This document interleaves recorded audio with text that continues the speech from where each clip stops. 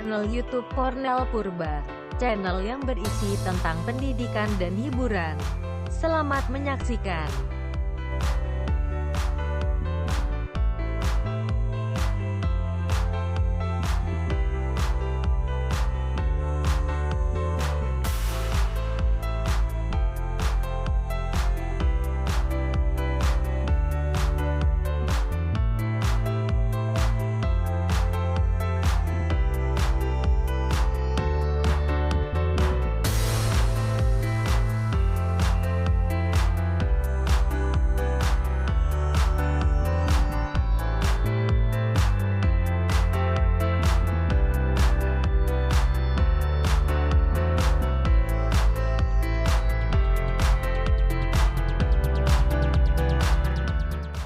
Baik, kali ini kita akan membahas silsilah.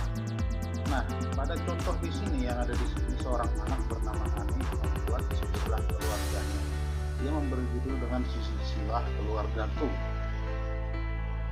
Kakeknya, kakak beradik yang pertama Rahmat, Susiani, Desta, dan Joko. Joko adalah anak keempat, berarti si Joko adalah kakeknya si Ani. Kalau kita perhatikan warna di sini, ini berarti satu garis keturunan.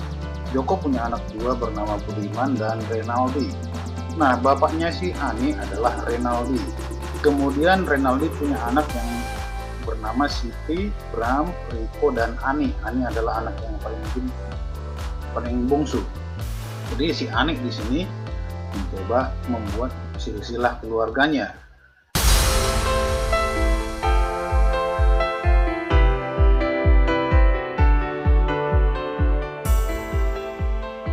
Baik, secara khusus bagi kami orang Batak, khususnya seperti saya marga Purba, harus tahu asal usulnya. Coba perhatikan garis yang ada di atas ini. Ini masih ada kaitannya ke atas lagi di sini, berarti masih ada kaitannya dengan keturunan Batak sebelumnya. Nah, khusus seperti saya marga Purba, ini berasal dari Togasi Memora. Purba punya saudara. Yang kedua bernama Manalu, kemudian yang ketiga Dewata Raja. Nah, karena saya ambil marga saya, ini tujuannya adalah apa? Agar tahu saya asal usul marga saya.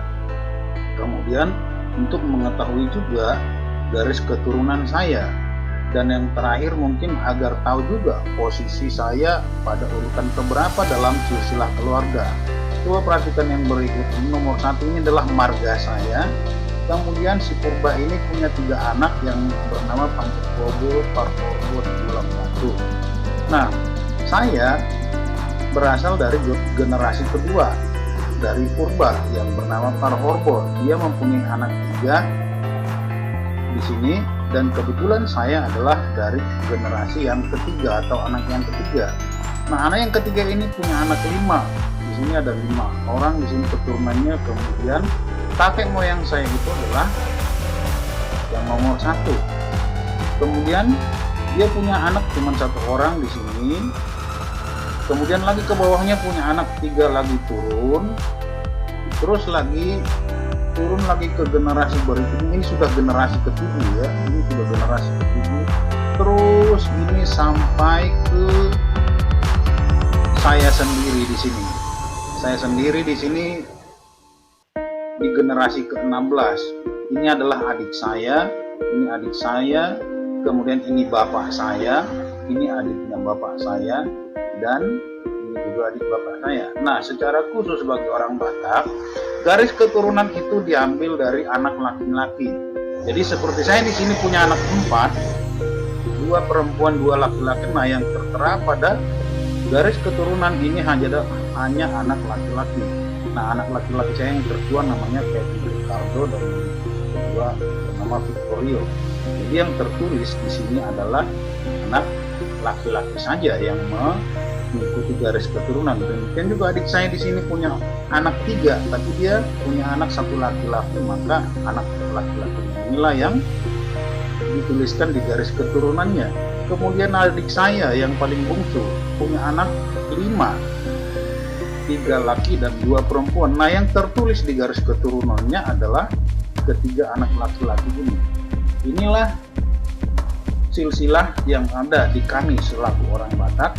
Mudah-mudahan kalian bisa mengerti.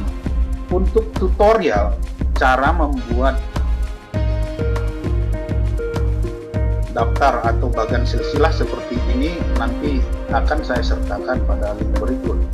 Mudah-mudahan pengertian dari silsilah ini bisa teman-teman bisa mengerti dan apa manfaatnya bagi kami orang Batak itu jelas ada manfaatnya. Kalau saya bertemu sesama purba misalnya, pasti kami akan di sini. Kalau ternyata dia yang nomor satu dari generasi pertama, maka saya wajib panggilan yang lebih hormat kepada dia, abang atau pak tua atau bapak tua atau opung barangkali ya. Kalau saya ke yang lebih muda, misalnya yang ini, yang nomor 3, maka panggilan untuk yang lebih muda bagaimana? Inilah fungsi dari silsilah atau tarombo yang ada pada orang Batak. Mudah-mudahan teman-teman bisa mengerti dan maklum.